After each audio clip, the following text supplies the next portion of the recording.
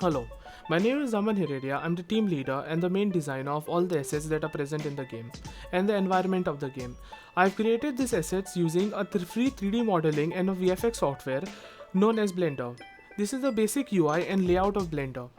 In Blender, any 3D model is designed by using three axes, which is known as the x-axis, y-axis, and z-axis.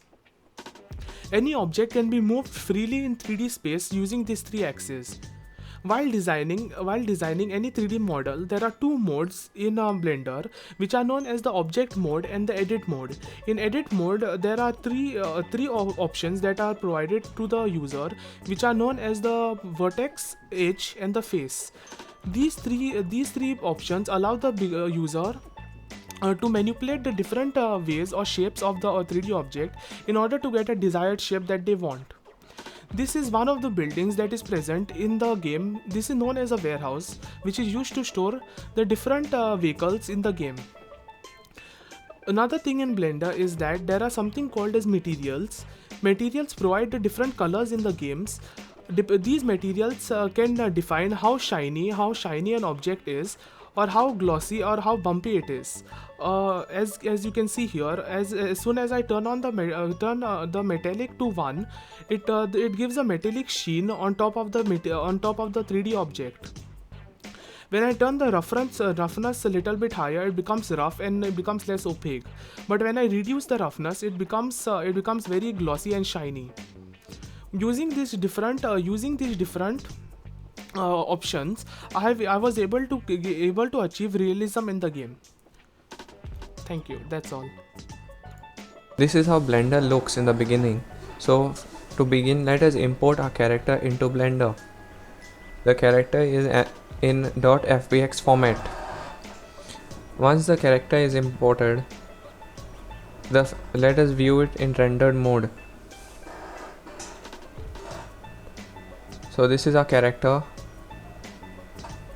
It contains the bones along with it that are attached to the actual body. This is how it looks in rendered mode. So let us view the armature in front of the whole object or the body. This is how the armature looks. Below is the timeline where we will be adding our keyframes. Let us go into pose mode and select each bone individually. So now, since we have selected the bones, let us rotate them a bit. Now as they are rotated, let us add a keyframe.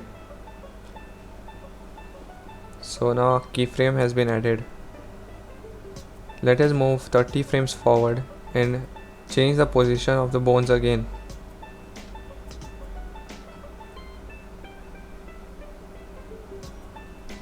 Now, since the position has been changed, let us add a keyframe to all the bones.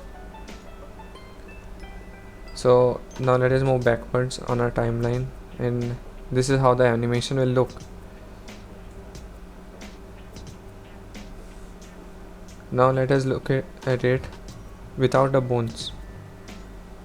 So this is how we will be exporting our character from Blender into the Unity software. This is how this character will look through a wireframe mode, through material mode, and through solid mode. And this is our rendered mode. I am Burhanuddin Ujjanwala. I'm part of the FPS game development group, and I was assigned the scripting part. So I will be demonstrating the basic navigation and pathing of AI, and I will be even giving you a brief description of the game engine. So starting off, here's the basic tools. So the tools which are over here, and your pause and play button for your game, your hierarchy section which contains game objects for the scene, your project part which contains your scripts and your model, your inspection part which will assign different values, and depending on those values will change your game object, your scene view which you can see the entire scene which would be there or map of a game, and your game view will show how the game would look from a camera or each or different perspective. So going back to the navigation and waypoint function, so different waypoints are assigned already on this map, and there are two waypoints for your agent. I'm going to be using network waypoint 2 for this, and